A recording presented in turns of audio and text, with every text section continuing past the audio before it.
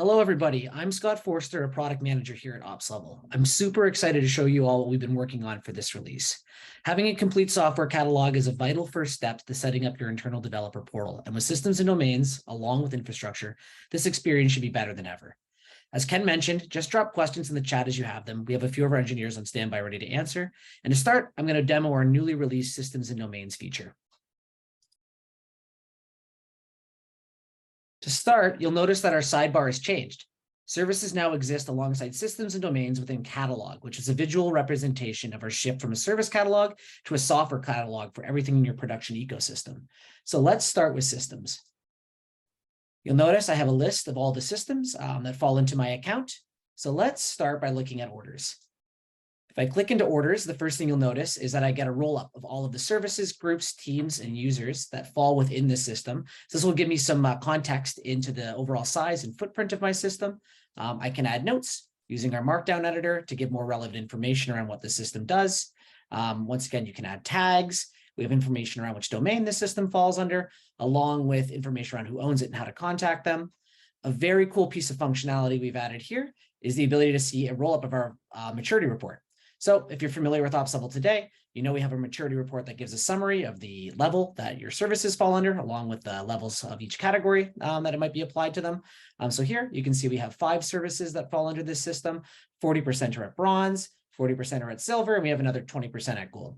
If I was to actually click and open in a new tab, you'll see that we go to the maturity report and it's already pre-filtered by that system, which is really nice. And then finally, I can add a new service from here as well. So I can click add service. As we mentioned before, systems are a roll-up of services and infrastructure, or a container, I should say. So you can only have one service that goes into a system or one piece of infrastructure. So we do have this one that's available. Click that. And you notice I can add it, which is cool. The maturity report's automatically been updated for you. And if I removed it, same thing. This is really great. So if I was to go into domains, you'll notice same thing. We have a list of domains here. If I click in, I get that same kind of roll-up. So now I can see the systems that fall into this domain, along with the services, groups, teams, and users. I can see who owns it. I can apply tags. I can also add notes for more context. Once again, we have this great maturity report roll-up that shows you all of the levels for all the services that fall into that domain. And then we can not only see the systems that fall into that domain and add a new system if I'd like. I can also see the services that were referenced above as well. So I can see which services fall under this domain, and I can get a quick view of their status, well, what tier they're in, what tags are applied, tools. And if you have monitors attached, we can see kind of the overall status of that service as well.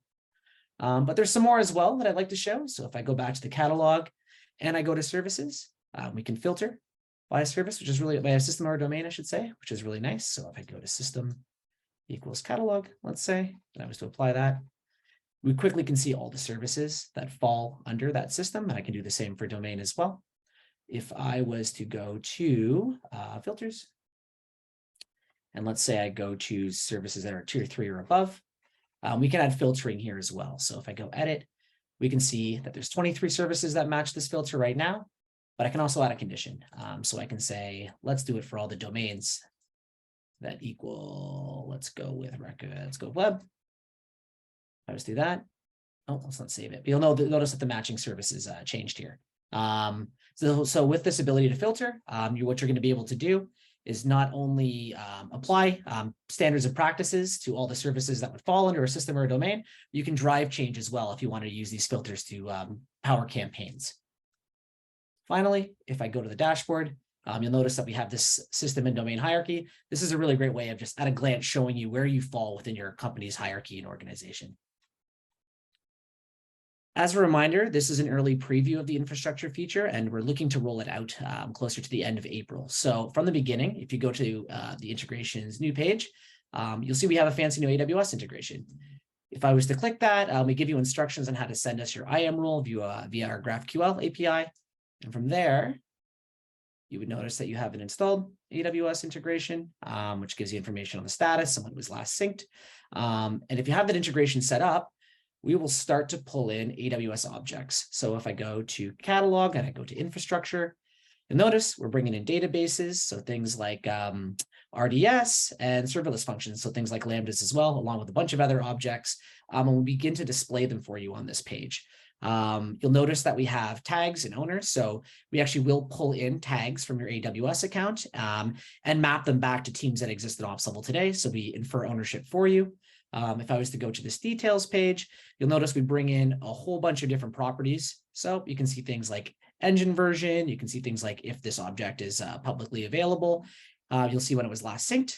And we can show you a printout of the whole raw JSON of the information we bring in as well.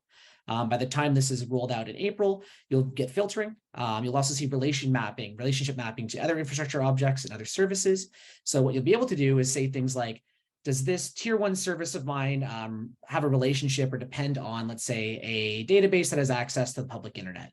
This is some of that context you'll be able to get around your entire software catalog once we roll this out in April, which is really, really cool.